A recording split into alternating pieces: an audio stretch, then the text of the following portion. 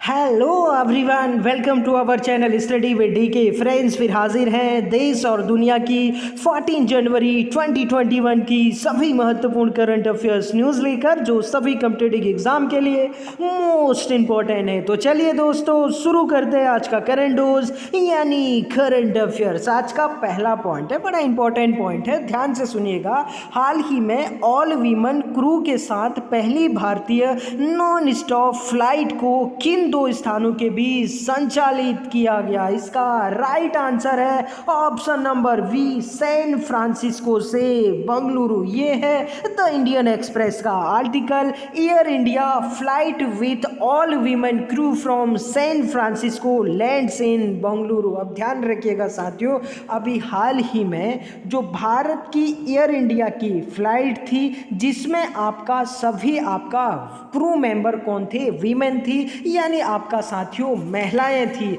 और ध्यान रखिएगा, इन्होंने आपका भारतीय यानी पहला ही भारतीय नॉन स्टॉप फ्लाइट को आपका जो है सैन फ्रांसिस्को से बंगलुरु सक्सेसफुली क्या किया साथियों? लैंड किया। यानी साथियों, नॉन स्टॉप का मतलब यह है कि जब आपका सैन फ्रांसिस्को से एयर इंडिया की जो फ्लाइट थी, जिसमें सभी ऑल वीमेन क्रू मेंबर थे, इन्होंने आपका साथियों यहां से फ्लाइट भरी और सीधे आपका बिना स्टे के आपका साथियों लैंडिंग कहाँ की? बंगलुरु में लैंडिंग की। अब साथियों ध्यान रखिएगा कि आपका ये जो पूरी की पूरी दूरी थी सैन फ्रांसिस्को यानी यूएसए से लेकर कर्नाटक की राजधानी यानी भारत बंगलुरु तक। अब ध्यान रखिएगा साथियों, इन्होंने जो टोटल दूरी तय की वो आपका 16,000 किलोमीटर की। कितनी साथियों? आपका 16,000 किलोमीटर की, बिना रुके बिना थके। यानी सैन फ्रांसिस्को से आपका क्या की? उड़ान भरी और सीधे साथियों आपका कहाँ? बंगलुरु 16,000 किलोमीटर की दूरी तय करके।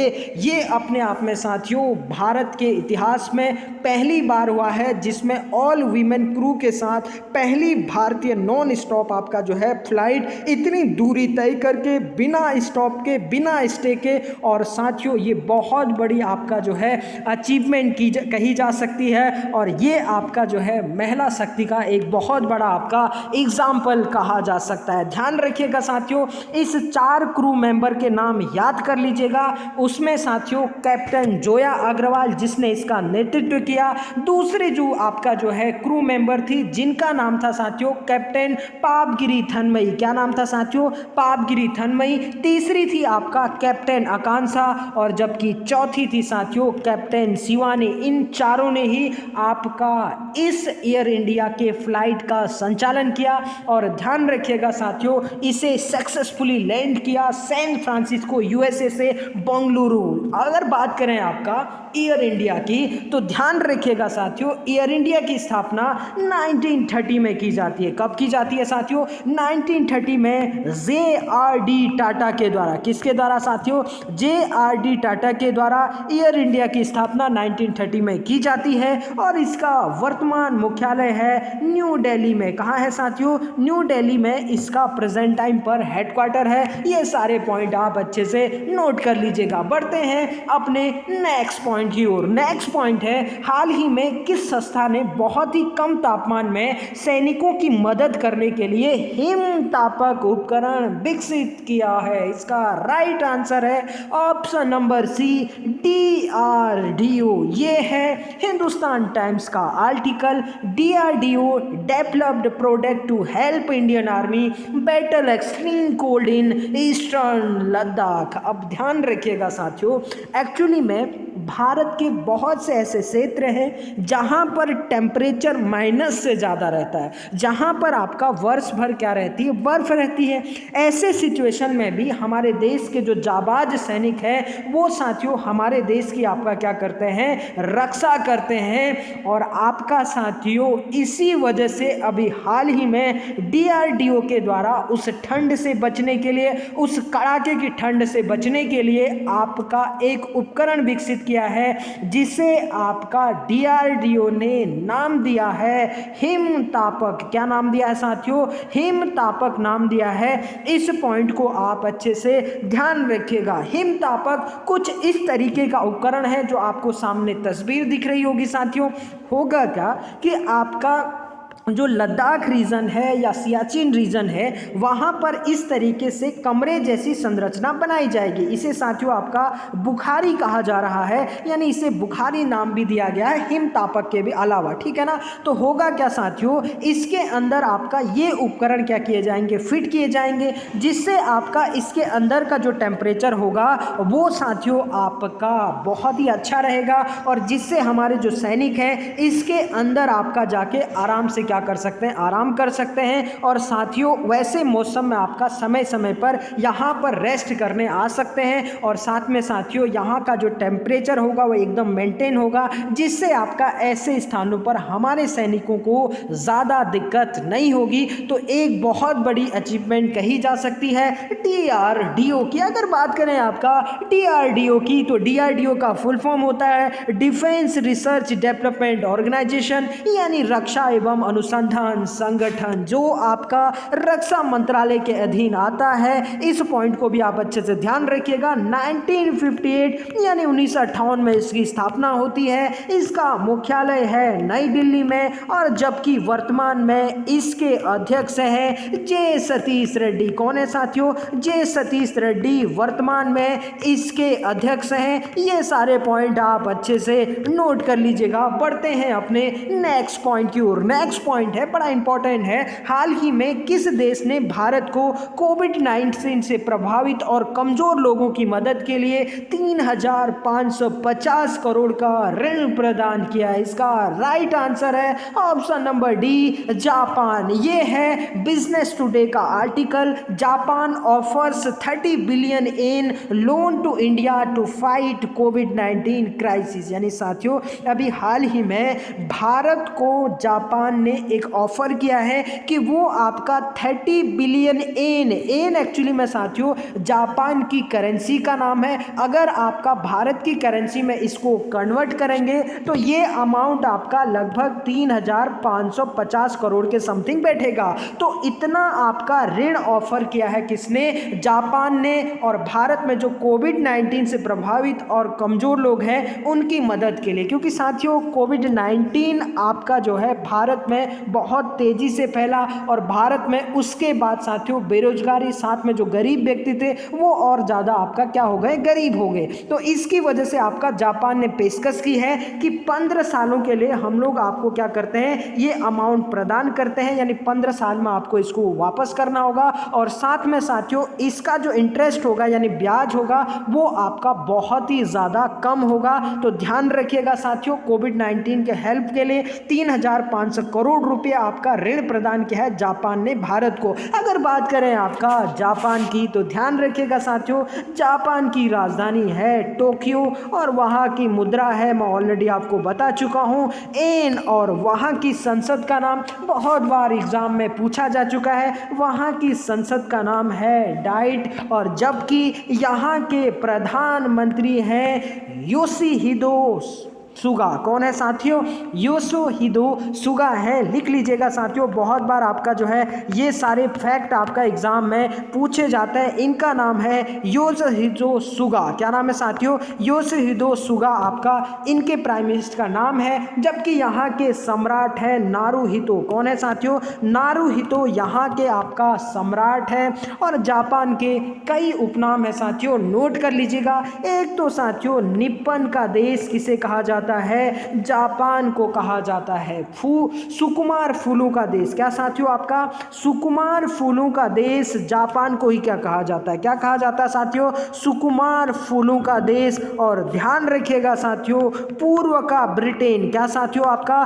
पूर्व का ब्रिटेन भी आपका जापान को ही कहा जाता है। और साथियों एक उपनाम जो एग्जाम के पॉइंट ऑफ व्यू से बहुत ही महत्वपूर्ण है, और वो है साथियों सूर्योदय का देश, सनराइज का कंट्री जो कहा जाता है वो कहा जाता है साथियों इसी जापान को। ये सारे पॉइंट नोट कर लीजिएगा। जापान में 4 प्रमुख आइलैंड हैं यानी द्वीप हैं, होन्शु, होक्काइडो, क्यूशु और शिकोकू। और ध्यान रखिएगा सबसे बड़ा इन चारों में से होन्शु द्वीप है। इसी पर स्थित है जापान की राजधानी टोक्यो जो दुनिया का सबसे बड़ा शहर है। ये सारे फैक्चुअल पॉइंट साथियों, एडिशनल पॉइंट नोट कर लीजिएगा, एग्जाम के पॉइंट ऑफ व्यू से इंपॉर्टेंट है। बढ़ते हैं अपने नेक्स्ट पॉइंट की ओर। नेक्स्ट पॉइंट है हाल ही में हजारा नरसंहार घटना खबरों में थी। यह घटना किस देश से संबंधित है? इसका राइट आंसर है ऑप्शन नंबर ए, पाकिस्तान। ये है दी वायर का article, Pakistan Shia Hazara end protest with 11 miners bodies after Imran Khan from his visit. अब ध्यान रखिएगा साथियों, अभी हाल ही में जो हजारा समुदाय के लोग हैं जो अभी मूलतः पाकिस्तान में निवास करते हैं, इन्होंने आपका जो 11 माइनर्स थे, कहने का मतलब आपका कोयला खदान में मजदूरी करने वाले जो 11 मजदूर थे, उनके आपका डेड बॉडी लेकर ये सड़कों पर आपका क्या करने लगे, प्रोटेस्ट करने लगे। और इस तरीके से साथियों स्टॉप किलिंग हजाराज करके सड़कों पर आपका इस तरीके बैनर तले आने लगे, ठीक है ना। ऐसे में साथियों ईरान और अफगानिस्तान ने भी आपका जो हजारा समुदाय पर 11 मजदूर मारे गए थे, इसका आपका जबरदस्त तरीके से विरोध किया।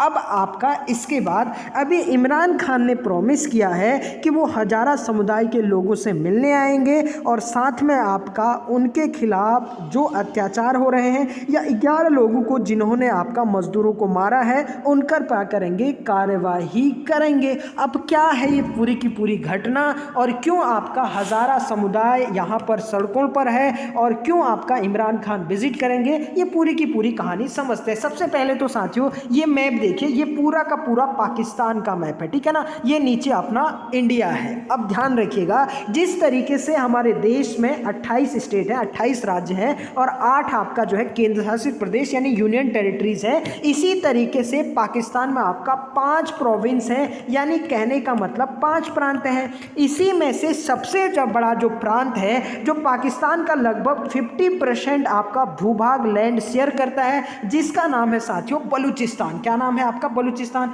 इसी बलूचिस्तान में साथियों एक जगह है जिसे आपका मच कहा जाता है। क्या कहा जाता है साथियों? मच। अब यहाँ पर आपका कुछ कोयले की क्या है, खदान है। इसी कोयले की खदानों में आपका 11 कोयला खदान आपका मजदूर जो हैं उनकी अभी हाल ही में एक संगठन है साथियों ISI। क्या है साथियों? ये जो ISI है ये एक इस्लामिक संगठन है। क्या है साथियों? आपका एक इस्लामिक आतंकवादी संगठन है। और ध्यान रखिएगा इसका फुल फॉर्म होता है Islamic state Syria and Iraq. क्या साथियों? आपका ISI का फुल फॉर्म होता है Islamic state Syria and Iraq. अब ध्यान रखिएगा इसी ISI के आतंकवादियों के द्वारा यहाँ पर यानी मच नामक स्थान पर बलूचिस्तान में 11 मजदूरों की, कोयला खदान मजदूरों की क्या कर दी जाती है, हत्या कर दी जाती है। अब ध्यान रखिएगा साथियों इसी आपका जो है हत्या को वहाँ पर मच ट्रेजेडी के नाम से जाना जा रहा है। किससे साथियों? आपका मच ट्रेजेडी के नाम से जाना जा रहा है, जिसमें आपका ISI के आतंकवादियों ने 11 आपका खदान मजदूरों की हत्या कर दी। अब ये जो खदान मजदूर थे ये आपका किस समुदाय से संबंधित थे? हजारा समुदाय से संबंधित थे। तो इसी के विरोध में जो आपका पाकिस्तान की सड़कों पर हजारा समुदाय है वो इस तरीके से आपका स्टॉप किलिंग हजाराज या अन्य आपका साथियों विरोध करने के लिए आपका सड़कों पर उतरा। और जब सड़कों पर उतरा तो इसका विरोध आपका साथियों जो 11 हजारा समुदाय के लोग मारे गए हैं इनका विरोध ईरान और अफगानिस्तान के द्वारा भी किया गया, क्योंकि साथियों ईरान जो है वो एक सिया बहुल आपका क्या है, संप्रदाय है यानी देश है। और ध्यान रखिएगा ये जो हजारा संप्रदाय है ये भी आपका सिया संप्रदाय को मानता है यानी सिया फेथ को मानता है। एक्चुअली में साथियों जो इस्लाम धर्म है, इस्लाम धर्म में आपका साथियों 2 संप्रदाय है। एक तो है आपका सुन्नी, ठीक है ना, और दूसरा है साथियों आपका सिया। अब ये सिया संप्रदाय को मानने वाले लोग हैं कौन? हज़ारा। और ईरान भी आपका साथियों एक सिन्नी सिया बहुल इलाका है। क्या साथियों? सिया बहुल इलाका है, जबकि पाकिस्तान आपका सुन्नी है। अब ध्यान रखिएगा साथियों, पाकिस्तान में जो सुन्नी बहुल आपका क्षेत्र है या जो सुन्नी आपका वहाँ पर ज़्यादा लोग रहते हैं, यहाँ पर आपका जो सिया लोग हैं वो अल्पसंख्यक में है। अब ध्यान रखिएगा साथियों, होता क्या है कि लंबे समय से जो ये आपका हज़ारा संप्रदाय है इस पर लगातार अत्याचार होते आया है। क्योंकि साथियों होता क्या है, ये जो हज़ारा संप्रदाय के लोग हैं ये मूलतः पाकिस्तान के नहीं है, बल्कि ये आपका साथियों चंगेज खां के समय आए लोग हैं और ये आपका मंगोलिया के मूलतः लोग माने जाते हैं। लेकिन लंबे समय से यहाँ पर वो रह रहे हैं। पहले साथियों आपका एक समय ये अफगानिस्तान में रहा करते थे। ये देखिए यही से अफगानिस्तान में आपका ये लोग रहा करते थे। लेकिन जब आपका यहाँ पर तालिबान का उदय हुआ तो इन पर आपका तालिबान ने ये आरोप लगाया कि ये लोग आपका जो है जो यूएसएसआर था उस समय का सोवियत संघ, जिसे आजकल हम लोग रूस के नाम से जानते हैं, इसके द्वारा यहाँ पर आपका जो है यूएसएसआर का सपोर्ट किया जा रहा है। तो ऐसे सिचुएशन में तालिबानी जो लोग होते हैं वो इन पर अत्याचार शुरू कर देते हैं। और जब इन पर अत्याचार शुरू करते हैं तो ये आपका साथियों इस बलूचिस्तान की ओर आते हैं और इधर भी आपका जो है पाकिस्तान वाले इन पर नहीं छोड़ते हैं। इन पर आपका साथियों लगातार नरसंहार किया जाता है। और अभी आपका जो पाकिस्तान के प्राइम मिनिस्टर हैं इन पर आपका इंटरनेशनल दबाव पड़ा और हज़ारा जो संप्रदाय था वो सड़कों पर आया। और जिस वजह से आपका इमरान खान ने ये प्रॉमिस किया है कि वो आपका हज़ारा संप्रदाय के साथ टॉकिंग करेंगे, इनके साथ जो भी अत्याचार हो रहा है उसको हम लोग आपका जो है उनको न्याय देने का काम करेंगे और जिसने भी अत्याचार किया है उसको आपका सज़ा देने का काम करेंगे। ये इमरान खान सरकार ने कहा है। अब आपका वो सज़ा देते हैं या नहीं देते हैं ये आपका समय की बात है। तो साथियों आई होप आपको ये सारी की सारी बातें समझ में आई होगी। हाल ही में साथियों आपका जो मुस्लिम संप्रदाय है वो काफ़ी चर्चाओं में है। एक तो है साथियों उइगर मुस्लिम। कौन सा साथियों? उइगर मुस्लिम। इन्हें आपका साथियों चाइना में प्रताड़ित किया जा रहा था। ये आपका हाल ही में समाचार चैनलों में काफ़ी ज़्यादा चर्चाओं में था, न्यूज़ में था। ध्यान रखिएगा ये जो आपका उइगर मुस्लिम है ये जिनजियांग प्रांत, कौन सा साथियों? जिनजियांग प्रांत आपका चाइना से संबंध रखते हैं। जबकि साथियों रोहिंग्या मुस्लिम आपको ध्यान होगा म्यांमार से आपका रिफ्यूजीज के रूप में, शरणार्थी के रूप में कहाँ आते हैं? आपका बांग्लादेश के कॉकस बाजार में आपका बसते हैं। उसके बाद साथियों अभी हाल ही में बांग्लादेश की जो सरकार है इन्होंने आपका जो रोहिंग्या मुस्लिम है, रोहिंग्या मुस्लिम को साथियों कहाँ आपका जो है बसाया है? वो है साथियों भाषण 4 द्वीप। कहाँ साथियों? भाषण 4 आइलैंड में इनको बसा रखा है। तो ये सारे पॉइंट साथियों ध्यान रखिएगा और आई होप आपको हज़ारा जो संहार घटना में था, हाल ही में खबरों में था, वो आपको सारी की सारी बातें समझ में आई होगी। बढ़ते हैं नेक्स्ट पॉइंट की ओर। नेक्स्ट पॉइंट है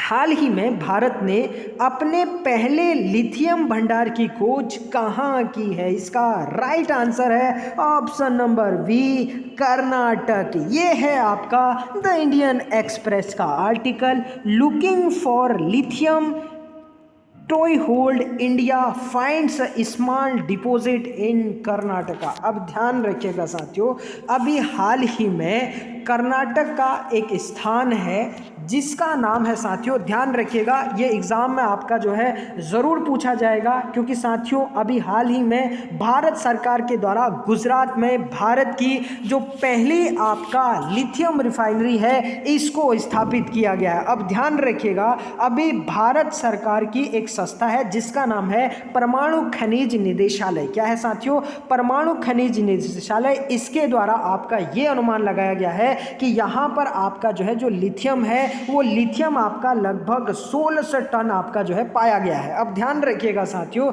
ये जो क्षेत्र है वो है आपका कर्नाटक का मांड्या जिला। कौन सा साथियों? याद कर लीजिएगा, कर्नाटक के मांड्या जिले में आपका साथियों 1600 टन आपका लिथियम प्राप्त हुआ है। इस पॉइंट को आप अच्छे से ध्यान रखिएगा। लिथियम वही लिथियम साथियों जिसका हम लोग आपका जो है बैटरी के रूप में क्या करते हैं? यूज़ करते हैं। फ़ोन वगैरह जो भी बैटरी बनती है वो आपका साथियों लिथियम से ही तैयार की जाती हैं। और अभी हाल ही में भारत ने अपने पहले लिथियम भंडार की खोज कहाँ की है? मांड्या जिला कर्नाटक में। ये सारे पॉइंट अच्छे से ध्यान रख लीजिएगा। बढ़ते हैं अपने नेक्स्ट पॉइंट की ओर। एक पॉइंट आपको बता देना चाहता हूँ साथियों, नेक्स्ट पॉइंट को चर्चा करने से पहले ध्यान रखिएगा, विश्व में आपका जो सबसे लार्जेस्ट लिथियम रिजर्व है यानी भंडार है, उसमें पहला स्थान साथियों चिली का है। चिली का यानी ये दक्षिण अमेरिका का एक कंट्री है और यहीं पर सबसे ज़्यादा आपका साथियों तांबा भी होता है। चिली को साथियों दुनिया के कॉपर की आपका राजधानी बोली जाती है। इस पॉइंट को भी आप ध्यान रखिएगा। जबकि आपका दूसरा स्थान है ऑस्ट्रेलिया का और तीसरा स्थान है आपका अर्जेंटीना का और चौथा स्थान है आपका चाइना का। ये सारे पॉइंट भी आप अच्छे से ध्यान रखिएगा। बढ़ते हैं अपने नेक्स्ट पॉइंट की ओर। नेक्स्ट पॉइंट है, हाल ही में किस देश की सेना ने फतेह-1 नामक मल्टी रॉकेट सिस्टम का परीक्षण किया है? इसका राइट आंसर है ऑप्शन नंबर ए, पाकिस्तान। ये है आपका डॉन का article, Pakistan test multi launch rocket system. अब ध्यान रखिएगा, अभी हाल ही में पाकिस्तान के द्वारा साथियों फतेह-1 नामक मल्टी रॉकेट सिस्टम का आपका परीक्षण किया गया है। तो इस पॉइंट को भी आप अच्छे से ध्यान रखिएगा। बढ़ते हैं अपने नेक्स्ट पॉइंट की ओर। नेक्स्ट पॉइंट है, हाल ही में जारी हेनले पासपोर्ट इंडेक्स 2021 में भारत का कौन सा स्थान है? इसका राइट आंसर है ऑप्शन नंबर सी, 85वां स्थान है भारत का साथियों। इस पॉइंट को आप अच्छे से ध्यान रखिएगा। यह है आपका प्रभात खबर की न्यूज। हेनले पासपोर्ट इंडेक्स 2021 की सूची जारी। जापान का पासपोर्ट दुनिया में सबसे पावरफुल, सूची में भारत का स्थान 85वां जबकि पाकिस्तान का स्थान है 107वां। इस पॉइंट को आप अच्छे से ध्यान रखिएगा। भारत का कौन सा स्थान है साथियों? 85वां, जबकि पहला स्थान किसका है? आपका जापान का। इस पॉइंट को आप अच्छे से ध्यान रखिएगा साथियों, ध्यान रखिएगा। इस रैंकिंग में 199 कंट्रीज को शामिल किया गया था, जिसमें साथियों पहला स्थान किसका है? जापान का है। इस पॉइंट को भी आप ध्यान रखिएगा। और साथियों दूसरा स्थान आपका सिंगापुर का है। किसका है साथियों? दूसरा स्थान आपका सिंगापुर का है। और जबकि तीसरा स्थान है साथियों दक्षिण कोरिया और आपका जर्मनी। ये संयुक्त रूप से आपका साथियों तीसरे स्थान पर है। और यूएसए का स्थान साथियों 7वें स्थान पर है। और आपका साथियों ध्यान रखिएगा, चाइना का जो स्थान है वो है आपका 75वें स्थान पर। किसके स्थान पर? आपका साथियों 75वें स्थान पर है। इस पॉइंट को भी आप अच्छे से ध्यान रखिएगा। अब साथियों ये जो रैंकिंग है, ये रैंकिंग आपका इंटरनेशनल एयर ट्रांसपोर्ट एसोसिएशन यानी IATA के आंकड़ों के आधार पर आपका प्रति वर्ष जो हेनले एंड पार्टनर्स है उसके द्वारा आपका जारी किया जाता है। यह रैंकिंग आपका पासपोर्ट की ताकत पर निर्भर करता है कि इस रैंकिंग में आपका स्कोर का मतलब यह है साथियों कि कितने देशों में उस पासपोर्ट के जरिए वीजा या वीजा ऑन अराइवल, यानी कहने का मतलब यह है साथियों कि आप अगर आपके पास जापान का वीजा है तो लगभग 190 कंट्री में आपका साथियों आप बिना वीज़ा के क्या कर सकते हैं? जा सकते हैं। यानी आपका अगर आपके पास जापान का क्या है साथियों पासपोर्ट है तो आप बिना वीज़ा के आपका इतने कंट्रीज़ में क्या कर सकते हैं? यात्रा कर सकते हैं। तो यहाँ पर आपका जापान का सबसे पावरफुल क्या है? आपका पासपोर्ट है। दूसरा स्थान सिंगापुर का और तीसरा स्थान दक्षिण कोरिया और जर्मनी का। और सबसे खराब रैंकिंग इसमें उसमें आपका साथियों पहला स्थान आपका सीरिया का है, जो अक्सर रहता है न्यूज़ में। ध्यान रखिएगा, यहाँ पर आतंकवादी घटनाएं होती तो लोग तो ऑब्वियसली जाएंगे नहीं। दूसरा साथियों आपका इराक और तीसरा है क्या साथियों आपका अफगानिस्तान, जिनकी सबसे खराब इंडेक्स है। जबकि पहले स्थान पर आपका साथियों जो टेस्ट आपका पासपोर्ट है वो है आपका जापान का, दूसरा सिंगापुर का और तीसरा है आपका साथियों साउथ कोरिया का। यहाँ पर 190 कंट्रीज में जा सकते हैं साथियों, वो 190 गलती से हो गया, ध्यान रखिएगा। और 190 कंट्रीज में आपका सिंगापुर, 189 में आप साउथ कोरिया और 189 में आपका जर्मनी। यानी इतने देशों में आप अगर इन देशों का पासपोर्ट है तो आप क्या कर सकते हैं? यात्रा कर सकते हैं। इस पॉइंट को भी आप अच्छे से ध्यान रखिएगा। और भारत का कौन सा स्थान है साथियों, ये है आपका 85वां। इस पॉइंट को भी आप नोट कर लीजिएगा। बढ़ते हैं अपने नेक्स्ट पॉइंट की ओर। नेक्स्ट पॉइंट है, बड़ा इंपॉर्टेंट पॉइंट है, ध्यान से सुनिएगा। हाल ही में किस संगठन ने वैश्विक अर्थव्यवस्था को लेकर अपनी अनुमानित रिपोर्ट ग्लोबल इकोनॉमिक प्रोस्पेक्ट जारी की है? इस रिपोर्ट में वैश्विक अर्थव्यवस्था की वृद्धि 4% रहने का अनुमान है। इसका राइट आंसर है ऑप्शन नंबर बी, विश्व बैंक यानी आपका वर्ल्ड बैंक। ये है आपका यूएन न्यूज का article. World Bank expects global economy to expand by 4% in 2021। अब ध्यान रखिएगा साथियों, ये जो ग्लोबल इकोनॉमिक प्रोस्पेक्ट रिपोर्ट है, ये वर्ल्ड बैंक के द्वारा वर्ष में आपका 2 बार जारी की जाती है। कितने बार साथियों? वर्ष में आपका 2 बार जारी की जाती है। इस पॉइंट को आप अच्छे से ध्यान रखिएगा। यानी जो ये रिपोर्ट है, इसको आपका साथियों वर्ष में 2 बार जारी किया जाता है। कितनी बार साथियों? वर्ष में आपका 2 बार जारी किया जाता है। एक तो आपका जनवरी के महीने में जारी किया जाता है, और जबकि दूसरा आपका साथियों जून के महीने में जारी किया जाता है। इस पॉइंट को आप ध्यान रखिएगा। और इसी रिपोर्ट में यह कहा गया है कि महामारी अगर जल्द खत्म नहीं की गई, यानी जो कोविड-19 का पेंडेमिक है, इसको अगर जल्दी नहीं खत्म किया गया तो नेक्स्ट ईयर भी आपका इसका असर रहेगा। यानी 2021 में भी 22 में भी इसका असर रहेगा। और ये कहा गया है कि 4.3%, कितना साथियों? 4.3% आपका 2020 में अर्थव्यवस्था में आपका जो है कमी आई है, लेकिन अब जो है धीरे धीरे बढ़ोतरी की तरफ बढ़ रहा है। इसमें यह कहा गया है कि जो गरीब लोग हैं वो अधिक गरीब हुए हैं, और जो बेरोजगारी है ये आपका साथियों बहुत ज़्यादा आपका क्या हुई है, बड़ी है। ये बात आपका इसी ग्लोबल इकोनॉमिक प्रोस्पेक्ट रिपोर्ट में आपका जो WB के द्वारा यानी वर्ल्ड बैंक के द्वारा जारी की गई है, इसी आपका जो है रिपोर्ट में ये बातें कही गई हैं। और साथ में साथियों ये कहा गया है कि 2020-21 का जो आपका वित्तीय वर्ष है, इसमें भारतीय अर्थव्यवस्था में 9.6, कितना साथियों? 9.6 गिरावट का आपका जो है अनुमान है। और साथ में ये कहा गया है कि जो चाइना की, चीन की अर्थव्यवस्था है, इसमें 8% की आपका क्या होगी, बढ़ोतरी होगी। ये सारी की सारी रिपोर्ट आपका वर्ल्ड बैंक के द्वारा अभी हाल ही में जारी ग्लोबल इकोनॉमिक प्रोस्पेक्ट में कही गई है। अगर बात करें आपका वर्ल्ड बैंक की, तो ध्यान रखिएगा साथियों, ब्रेटन वुड्स समझौते के तहत 1944 में आपका इसकी घोषणा होती है, और 1945 में आपका साथियों इसकी स्थापना की जाती है। और इसका मुख्यालय है आपका साथियों वाशिंगटन DC, यानी आपका जो है अमेरिका की राजधानी। इन सारे पॉइंट को भी आप नोट कर लीजिएगा। बढ़ते हैं अपने नेक्स्ट पॉइंट की ओर। नेक्स्ट पॉइंट है, हाल ही में किस संगठन ने छात्रों के मध्य वैज्ञानिक स्वभाव तथा अंतरिक्ष शिक्षा और अंतरिक्ष प्रौद्योगिकी को बढ़ावा देने के लिए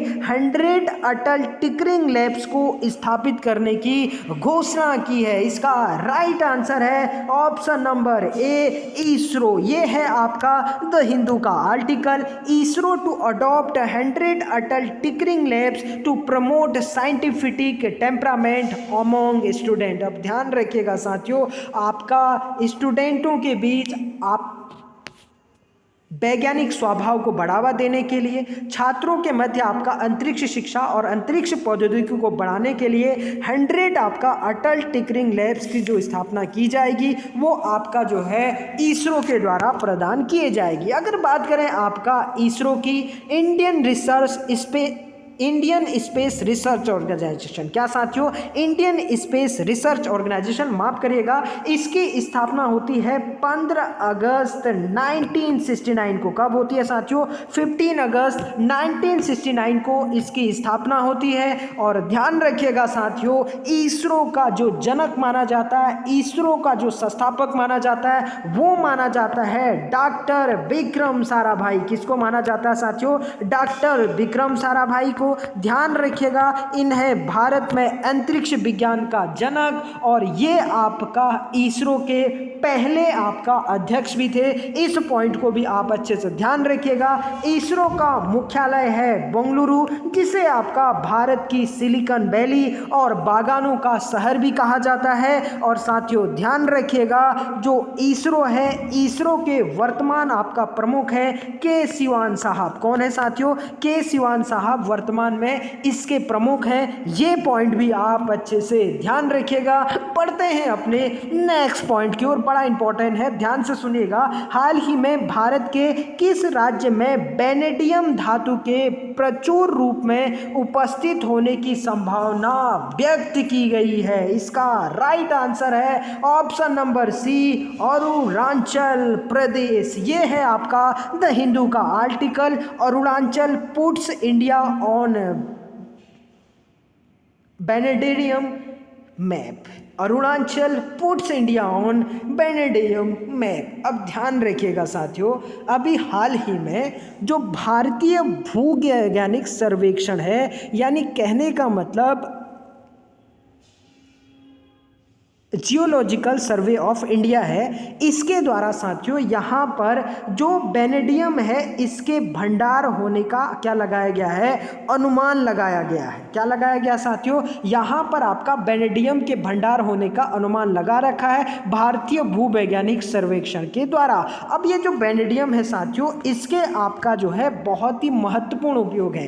एक तो साथियों स्टील और टाइटेनियम को आपका मजबूत करने में इसका इस्तेमाल होता है, और जब आपका साथियों स्टील या आपका टाइटेनियम में इसका यूज़ होता है तो आपका जल्दी जंग नहीं लगता है। और इसका जो आपका वेनेडियम का परमाणु क्रमांक है साथियों, यानी परमाणु संख्या है, वो है साथियों आपका 23। कितना है साथियों? 23। तो ये आपका अच्छी कवर कही जा सकती है, क्योंकि साथियों भारत क्या करता है, बहुत ज़्यादा आपका जो है जो वेनेडियम है वो साथियों आपका दूसरे देशों से आयात करता है। लेकिन अगर यहाँ पर आपका जो भारतीय भूवैज्ञानिक सर्वेक्षण है इसकी जो संभावना है ये सक्सेस हो जाती है, तो हम आपका साथियों इन द फ्यूचर में जो हम लोग आयात पर खर्चा करते हैं वो साथियों आपका हमारा क्या हो जाएगा? कम हो जाएगा। और इन फ्यूचर में आपका हम लोग क्या करने लगेंगे? निर्यात भी करने लगेंगे। तो ध्यान रखिएगा, ये अरुणाचल प्रदेश में आपका वेनेडियम का भारत का पहला आपका साथियों जो धातु है, वेनेडियम धातु, इसके उपस्थित होने की